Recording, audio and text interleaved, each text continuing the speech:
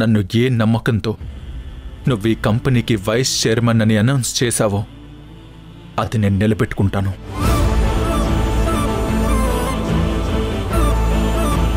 నువ్వు నన్ను చూసి గర్వపడేలా చేస్తాను.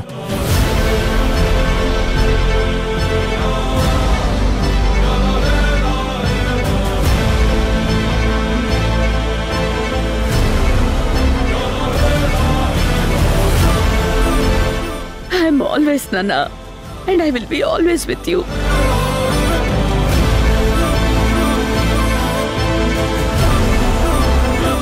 అమ్మా అమ్మా, ఇప్పుడు ఆఫీస్ టెన్షన్స్ అన్నీ వదిలేయమ్మా. నాతో ఫ్రీగా మాట్లాడమ్మా. ఏదైనా చెప్పమ్మా. నీకేదో గుర్తొస్తుంది కదా, చెప్పమ్మా. చెప్పు చెప్పు చెప్పు, ఏం గుర్తొస్తుంది? ప్రతాప్ ఉన్నప్పుడు రోజులు. నాన్న ఏం చేసేవారు? ఇలాగే నన్ను నైట్ రైడ్స్ కి తీసుకెళ్లేవారు నాన్న. వాట్? ఊరంతా తిప్పేవారు. మధ్యలో మీ నాన్నకి కవిత్వం కూడా వచ్చేది. నా ప్రేమరాణి, కలల సుందరి అలాంటివా? మీ నాన్న మరి అంత బోరింగ్ కాదురా. స్వీట్ హార్ట్, బేబీ, డార్లింగ్ అలా అనేవారా? అమ్మో, మీరిద్దరు దొంగలే అయితే. నన్ను ఇంట్లో వదిలేసి మీరు ఊరంతా తిరిగేవారా?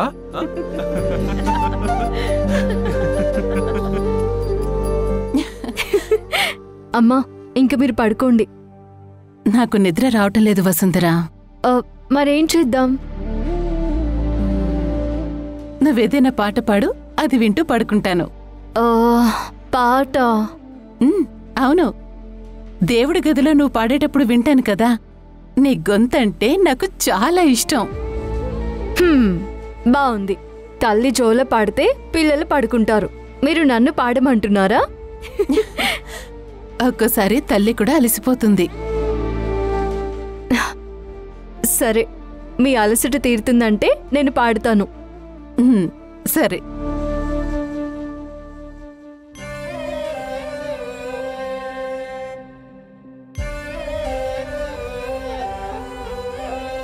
వేల అక్షరాలు, కోటి పుస్తకాలు, చెప్పలేని ప్రేమ అమ్మే కదా. అంతం లేని సొంతం, పంతం లేని బంధం, స్వార్థం లేని రూపం అమ్మే కదా. ఎంత నిండుగా నీడనిచ్చిన ఎండ తప్పని చెట్టే అమ్మ. కంటి నిండుగా నీరే పొంగిన రెప్పమూయని చూపే అమ్మ. తానో స్వర్గం, తానో దుర్గం. అమ్మా, ఒక్క నిమిషం అమ్మా, టీ తీసుకొస్తాను. తన మార్గం. వేల అక్షరాలు, కోటి పుస్తకాలు, చెప్పలేని ప్రేమ అమ్మే కదా. అంతం లేని సొంతం, పంతం లేని బంధం, స్వార్థం లేని రూపం అమ్మే కదా. తీసుకోమ్మా. బాగుందమ్మా? సూపర్ ఉందా?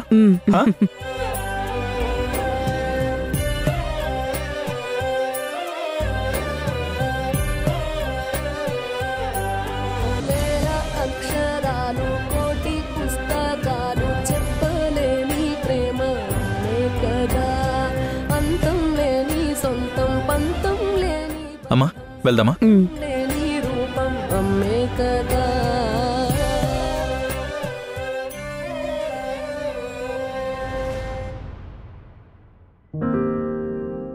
నమస్తే అండి. నమస్తే, కూర్చోండి.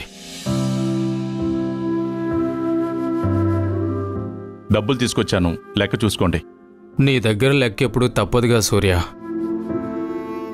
నువ్విలా అన్నీ మానేసి వ్యాపారం చేసుకోవడం కొంచెం ఆశ్చర్యంగా ఉంది. నా చెల్లి కోసం, మా వాళ్ల కోసం ఈ నిర్ణయం తీసుకున్నాను.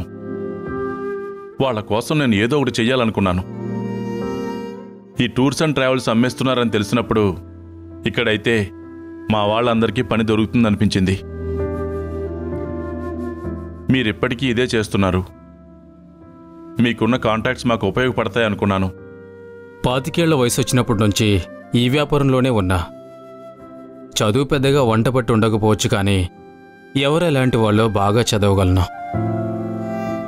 నువ్విచ్చిన డబ్బు లెక్క సరిపోతుంది. నువ్వు నమ్మినట్టు ఈ వ్యాపారం మీ అందరికీ కలిసొస్తుంది. చాలా థ్యాంక్స్ అండి. డబ్బులు సర్దుబాటు కావడానికి టైం అడిగితే ఇచ్చారు. ఈ వ్యాపారంతో నాకున్న అనుబంధము వయసు చెప్పాను కదా సూర్య, ఇది నా జీవితంలో భాగమైపోయింది. అందుకే ఎవరికి పడితే వాళ్ళకి ఇవ్వకూడదని ఆగాను. నిన్ను కలిసినప్పుడు నువ్వు అడిగిన విధానంలో నాకు నీ బాధ్యత కనిపించింది. అసలు నేను పోయేదాకా ఇక్కడే ఉందామనుకున్నాను, కానీ నా భార్య మొన్ననే కాలం చేసింది. వాళ్ళున్నంత వరకే మన ఆటలైనా పాటలైనా సాగేది. తర్వాత ఎటు గాలి వీస్తే అటు పోవాలి. పిల్లలు వచ్చేయమన్నారు. ఇదిగో ఇలా అన్నీ వదిలేసి వెళ్లాల్సి వస్తుంది. బహుశా మనం వాళ్ళని పెళ్లి చేసుకొని వాళ్ళ ఇంటి నుండి తీసుకువచ్చేసామని మనకి వేసే శిక్ష కాబోలు. ఈ వయసులో మనల్ని వదిలేసి వెళ్ళడం. సర్లే, శుభమాని నువ్వు కొత్తగా వ్యాపారం పెడుతుంటే నాగోలెందుకులే, ఏమనుకోకు. మా ఇంటి ఆవిడ గుర్తుకొస్తే. అలా అనకండి సార్. ఒకరి బాధని పంచుకోవడం ఎప్పుడూ అశుభం కాదు. ఇప్పటిదాకా ఇది కేవలం ఒక వ్యాపారమే అనుకున్నాను, కానీ ఒక మనిషి గడిపిన జీవితం తాలూకు జ్ఞాపకాలని నాకిప్పుడే తెలిసింది. బాధ్యతని ఇంకా పెంచారు. మీరు మీ పిల్లలతో సంతోషంగా మీ విలువైన జీవితం గడపాలని మనస్ఫూర్తిగా కోరుకుంటున్నాను. మీకెప్పుడు ఇక్కడికి రావాలనిపించినా మీ కుర్చీ మీకోసం ఎదురు చూస్తూనే ఉంటుంది. మర్చిపోకండి. మీకిక్కడ కూడా ఓ కొడుకున్నాడు. ఎప్పుడు కావాలన్నా రావచ్చు. నీకు అంతా మంచి జరగాలని, ఈ వ్యాపారం నిన్ను నమ్ముకున్న వాళ్ళని ఇంకా పైకి తీసుకురావాలని మనస్ఫూర్తిగా కోరుకుంటున్నాను.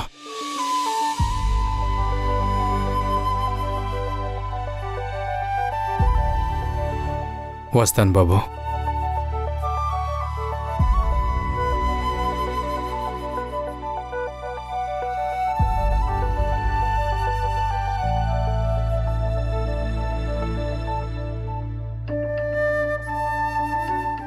ముందుగా వసుంధర్కి ఈ విషయం చెప్పాలి.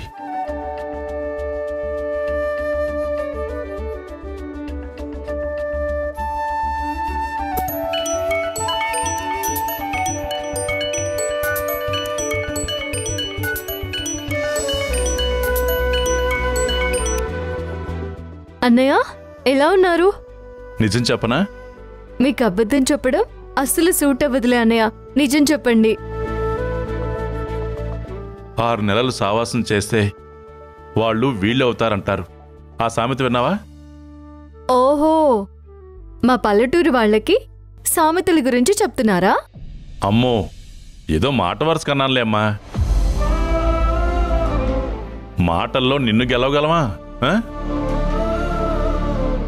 నువ్వు వెళ్తూ వెళ్తూ నీ మంచితనం కాస్త నాకు కూడా అంటించి వెళ్ళావు కదా, అది ఇచ్చే తృప్తిని ఆస్వాదిస్తున్నాననేది నా ఉద్దేశం. నాకు ఇంకో విషయం కూడా అర్థమైందమ్మా. మనం మాట్లాడే మాట అవతల వాళ్ళకి ఎంత సంతృప్తినిస్తుందో. ఇదంతా నీ వల్లే. అన్నయ్య, మీకు కథ చెప్పనా? వాల్మీకి మహర్షి కూడా బోయేవాడే. ఆయన జంట పక్షుల్లో ఒక దాని మీద బాణం వేస్తే ఇంకొక పక్షి పడ్డ బాధని చూసి మహర్షి అయ్యాడంట. ఇక్కడ నేను పిచ్చుకునైతే మీరు మహర్షి, కానీ మీరు క్రెడిట్ నాకిస్తున్నారు. అమ్మా, నీకొక విషయం చెప్దామని కాల్ చేశాను. నేను టూర్స్ అండ్ ట్రావెల్స్ వ్యాపారం పెడదామని మాటలు జరుగుతున్నాయని చెప్పాను కదా. ఇవాళ పేమెంట్ కూడా అయిపోయిందమ్మా. మొదటగా నీకే కాల్ చేసి చెప్తున్నాను. ఇది చాలా పెద్ద విషయం అన్నయ్య. మిమ్మల్ని ఇలా చూడాలని నేనెన్ని దేవుళ్లకు మొక్కుకుంటున్నాను. మీ వ్యాపారం రోజు రోజుకి పెరిగి పెద్దదవ్వాలి. బామ్మ ఆరోగ్యం బాగుపడాలి. మన వాళ్ళందరూ మీ పేరు చెప్పుకొని ఇళ్లలో హాయిగా ఉండాలి. ఇంకా అలాగే అమ్మా అన్ని ఫోన్లోనేనా? ఓపెనింగ్కి నువ్వు తప్పకుండా రావాలి. అడుగుతారేంటన్నయ్య? నేనేమైనా గెస్ట్నా? నా ఇంట్లో ఫంక్షన్కి నాకే పిలుపా? డేట్ ఎప్పుడో చెప్పండి. రెక్కలు కట్టుకుని వాలిపోతాను. నాకు చీర బాకీ ఉంది, గుర్తుంది కదా? గుర్తుందమ్మా. ఫోన్లో కాదు, నేనే స్వయంగా మీ ఇంటికి వచ్చి పిలుస్తాను. వ్యాపారం పెట్టేస్తున్నావు, ఇంక నేను ఇచ్చిన మాటే మిగిలిందనుకుంటా. ఏంటమ్మా అది? అప్పుడే మర్చిపోయావా? నీ పెళ్ళి. మరి మాట్లాడమంటావా అన్నయ్య? పెళ్లి కూతురు నచ్చినట్టే కదా?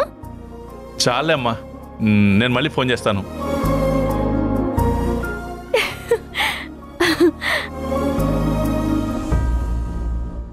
మేడం, ఆఫీస్కి వెళ్తున్నారా? ఏ కొత్తగా నీకు చెప్పి నీ పర్మిషన్ తీసుకుని వెళ్ళాలా? నేను అలా అనలేదు మేడం. టిఫిన్ రెడీగా ఉంది, తిని వెళ్తారేమోనని.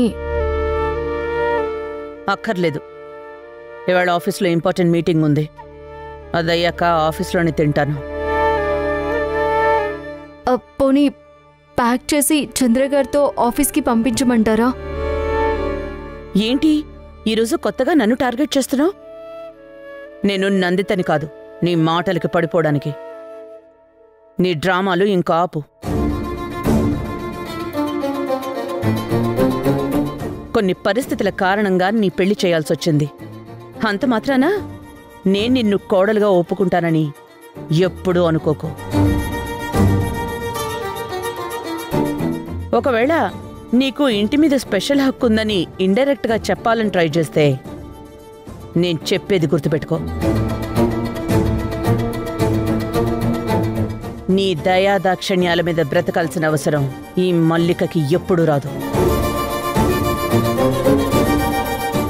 ఒకవేళ వస్తే అదే నా చివరి రోజవుతుంది. ఈ ఇంట్లో కేవలం నువ్వు ధ్రువకి మాత్రమే భార్యవి.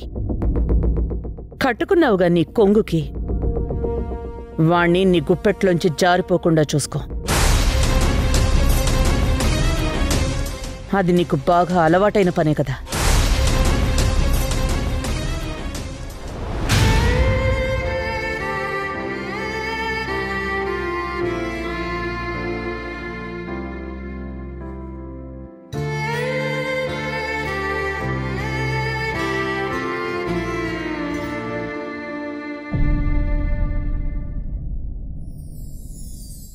డాడ్, ఏంటి ఈరోజు ఇతని పండగ? మీరింతలో రెడీ అయ్యారు? పండగేనమ్మా, నిజంగానే ఈరోజు పండగ. ఏది ఒకసారి కళ్ళు మూసుకో. మూసుకోమ్మా.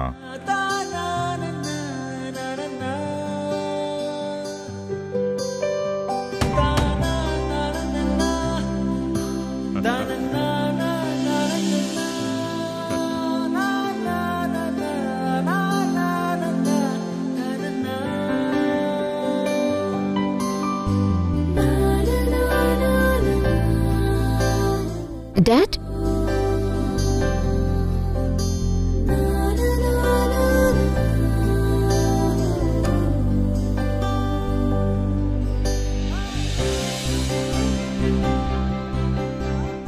ఈరోజు నా బంగారు తల్లి పుట్టి నన్ను నాన్నని చేసింది. నా చిట్టి తల్లికి పుట్టినరోజు శుభాకాంక్షలు. ఇలాంటివి మరెన్నో ఆనందంగా జరుపుకోవాలని మనస్ఫూర్తిగా కోరుకుంటున్నానమ్మా.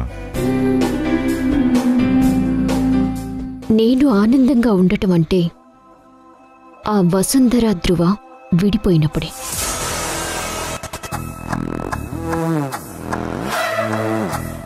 అమ్మా గ్రీష్మ, డాడ్, ఈ రోజు నా బర్త్డే అనే విషయం కూడా నాకు గుర్తులేదు. Anyway, thank you for your wishes. ఆ దేవుడు నా కూతురికి మళ్లీ జన్మనిచ్చాడు. ఇక మీదట నువ్వు గడపబోయే జీవితంలో మనసులో ఎలాంటి కల్మషాలు లేకుండా మంచి ఆలోచనలతో ఉండేలా చూడు. నీకంటూ ఒక అందమైన చింతలేని కుటుంబాన్ని నీకివ్వాలమ్మా. ఇది జరిగితే చాలమ్మా. ఇక దేవుడు పిలుపు కోసం నేను ఎదురు చూస్తూ ఉంటాను.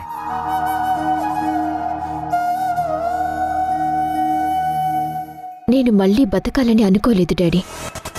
అయినా నాకు మళ్ళీ ప్రాణం పోసావు అంటే అది ఆ కుటుంబం అంతా చూడటానికి అని అనుకుంటున్నాను. ఆ వసుంధర ధ్రువ విడిపోవాలి. ఆ మల్లిక ఆస్తి పోయి రోడ్డున పడాలి. ఆ నందిత ఎప్పటికీ ఆ వీల్ చైర్కే పరిమితం కావాలి. వాళ్ళు సంతోషంగా ఉండగా నేను జరుపుకునే ఆఖరి బర్త్డే ఇదే కావాలి.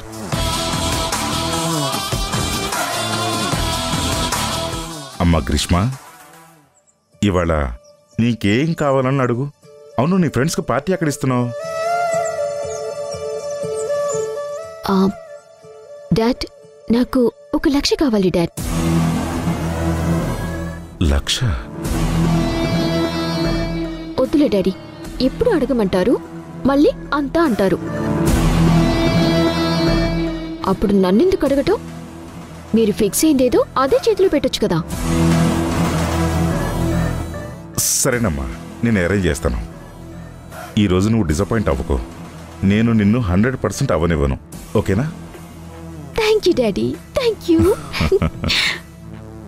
డాడ్, నేను వెళ్ళి రెడీ, పార్టీకి అరేంజ్ చేస్తాను.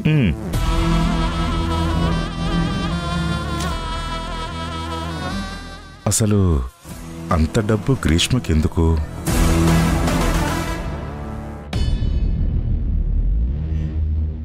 అవును నందితమ్మా, నిజంగా. ఇంట్లో ఎన్ని సమస్యలున్నా ఈ వసుంధర ముచ్చట్లు పెట్టుకోవడం మాత్రం ఆపదు. అయినా నా పిచ్చి కాకపోతే సమస్య తనైతే తనకి బాధేముంటుంది? ముందు ఈ సుజాకి వార్నింగ్ ఇస్తే ఆ వసుంధర సెట్ అవుతుంది. ఈ నవ్వులు కంట్రోల్ అవుతాయి.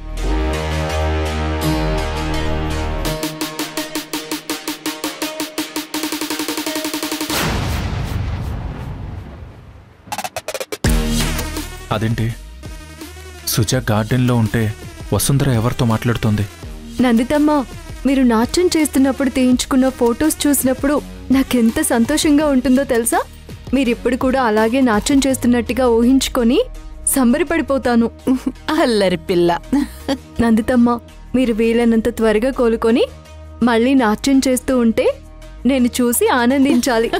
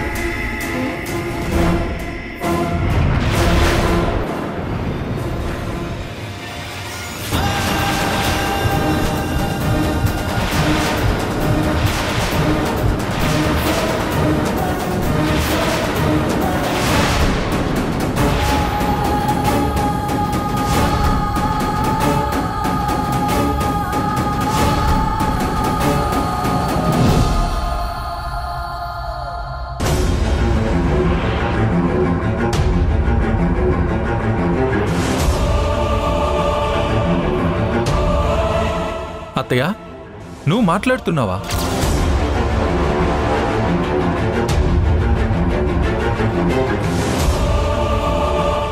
నీ చెయ్యి కూడా పనిచేస్తుందా?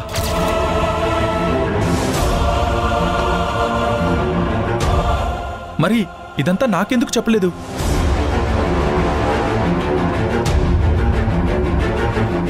ఇంట్లో ఉన్న వాళ్ళకి చెప్పకుండా దాయాల్సిన అవసరం ఏంటి నందిత?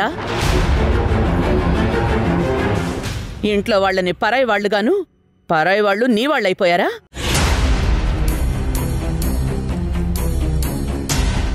నీకు ఎన్ని చేశాను నందిత? నువ్వు బాగుండాలని తిరగని హాస్పిటల్ లేదు, మొక్కని దేవుడు లేడు. అయినా ఇంత మోసమా? సరే, నా సంగతి పక్కన పెట్టు. వాడు అత్త అత్త అంటూ నీ చుట్టే తిరిగేవాడుగా. వాడు కూడా నీకు పరాయివాడైపోయాడా?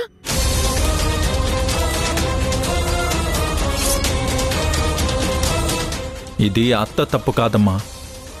ఇదంతా ఈ వసుంధర ప్లాన్ అయి ఉంటుంది. ఇది చూపించే ప్రేమ, చేసే మాయలో ఎవడైనా పడిపోవాల్సిందే.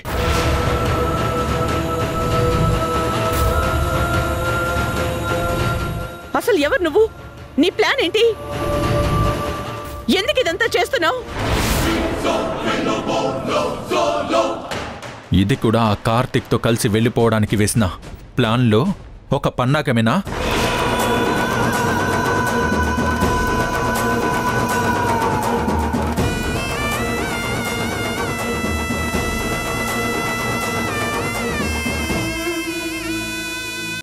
ఇదేంటో తెలుసా వసుంధర? మత్తు మందు. ఇదొక్కసారి నువ్వు స్మెల్ చూస్తే చాలు, రేపటి వరకు లేగవు.